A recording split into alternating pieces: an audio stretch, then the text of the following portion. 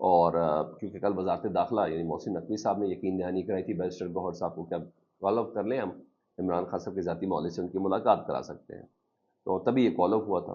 تو ڈاکٹر عاصم اڈیالہ کے بار پہنچے، بہت دیر تک رہے، اور یہ بتایا جا رہا ہے، رپورٹ کیا جا رہا ہے کہ ڈاکٹر عاصم صاحب نے سے جیل کے حکام نے نا ڈاکٹری کوائف مانگے اور ان سے شوکت خانم کا کارڈ طلب کیا گیا۔ شوکت خانم کا کارڈ تو انہوں نے دکھا دیا لیکن ڈاکٹری کوائف یعنی ڈگریاں نہیں دکھا سکے وہ، اور جیل حکام اندر گئے پتہ کرنے کے لیے، تو واپسی پر ڈاکٹر عاصم صاحب چلے گئے تھے۔ تو یہ خبر پلیس کیجئے کہ ڈاکٹر عاصم صاحب ہی چلے گئے ہیں۔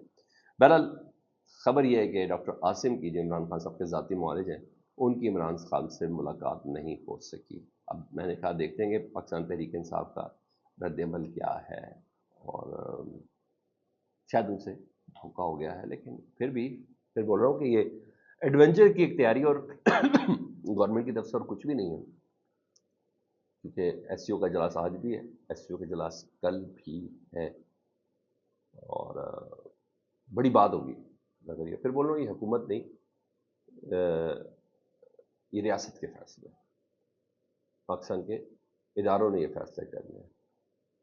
پھر بول رہا ہوں نصرت جاوید صاحب نے کیا کہا تھا کہ اب وقت بدل گیا ہے، جو پاکستان کا وزیر اعظم ہے نا وہ وزیر داخلہ کے انڈر کام کرتا ہے، اور وزیر داخلہ محسن نقوی ہے، اور محسن نقوی صاحب کن کے نمائندے تصور کیے جاتے ہیں؟ وہ اسٹیبلشمنٹ کے نمائندے تصور کیے جاتے ہیں، یا یہ چیزیں۔ تو اور میں نے بولا کہ موومنٹس کیسی ہیں، دو اور اہم خبریں۔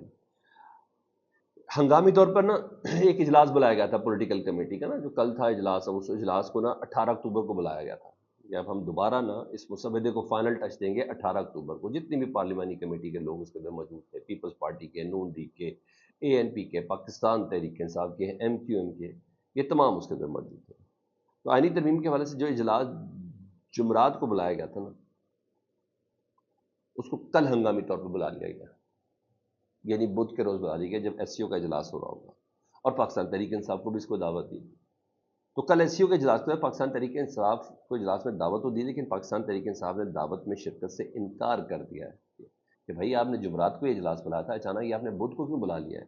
میں یعنی بیرسٹر گوہر صاحب، صاحبزادہ حامد رضا اور عمر ایوب وہ تو شہر میں ہی نہیں ہیں، تو یہ اچانک آپ نے کیوں بلایا اجلاس؟ تو یہ غیر معمولی تیزی کس قسم کی ہے؟ تو وہ لوگ تینوں شہر میں نہیں ہیں پاکستان تحریک انصاف کی طرف سے۔ اور دوسری خبر یہ کہ آئینی ترمیم کے مسودے کی منظوری کے لیے، یعنی پوری کے پوری اجلاس تو اپنی جگہ پہ ایک دن پہلے بلا لیا، اور جس دن اجلاس تھا اس دن آئینی ترمیم کا مسودے کی منظوری رکھ دی ہے، یعنی پارلیمنٹ کا جوائنٹ سیشن کال کر لیا گیا ہے، 17 اکتوبر کو طلب کرنے کا فیصلہ ہو گیا جی۔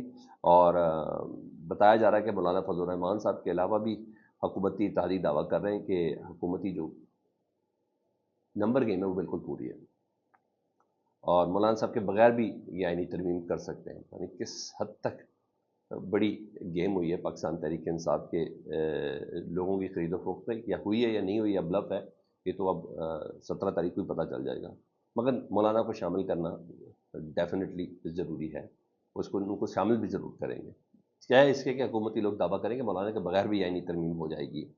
تو مولانا صاحب بھی کہہ چکے کہ آئینی ترمیم کے جو مسودے کے جو معاملات ہیں وہ بہت حد تک کنسنسس کے قریب ہو چکے ہیں۔ باقی وہ ظاہری بات انہوں نے نواز شریف صاحب سے ملاقات کرنی ہے، جب نواز شریف صاحب سے ملاقات کرنی تو مولانا فضل الرحمان نواز شریف صاحب سے کچھ گارنٹیز بھی چاہتے ہیں، اور اب سے تھوڑی دیر تک مولانا صاحب کی زرداری ہاؤس میں یا بلاول ہاؤس میں کراچی میں بلاول صاحب سے بھی ملاقات ہو رہی ہے۔ تو یہاں یہ چیزیں ہیں۔ تو 17 اکتوبر جی ہاں، جس دن یہ پارلیمانی کمیٹی کا اجلاس تھا اس دن انہوں نے پارلیمنٹ کا جوائنٹ سیشن بلا لیا ہے، باقاعدہ طور پر سمری صدر نے موو کر دی ہے، کال کر دی ہے جوائنٹ سیشن کی، وہ سمری موصول ہو گئی ہے، اور اسی دن یعنی 17 تاریخ کو ہی قومی اسمبلی سے پاس ہوگا، اس کے بعد جوائنٹ سیشن سینٹ سے پاس ہوگا، اور صدر کے دستخط ہوں گے، اور 26ویں آئینی ترمیم آئین کا حصہ ہو چکی ہوگی۔ تو سر اس طریقے سے یہ کام ہو رہا ہے۔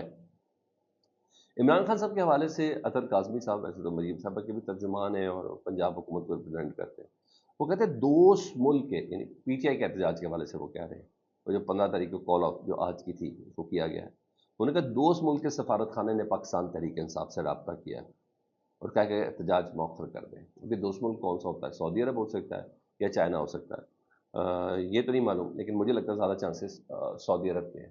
سعودی عرب نے بھی ڈھیر سارے کانٹریکٹ جو سائن ایم او یوز جو پاکستان کے ساتھ سائن کیے ہیں، مجھے ایسا لگتا ہے کہ وہ ہو سکتا ہے. تو سر یہ چل رہا ہے. اگلے واقعی 36 گھنٹے اگین بہت زیادہ کریٹیکل ہو گئے پاکستان کی صورتحال کے لیے. فیڈ بیک سے متعلق ضرور آگاہ کریں. اپنا بہت خیال رکھیں. اللہم صلی علی محمد و آل محمد.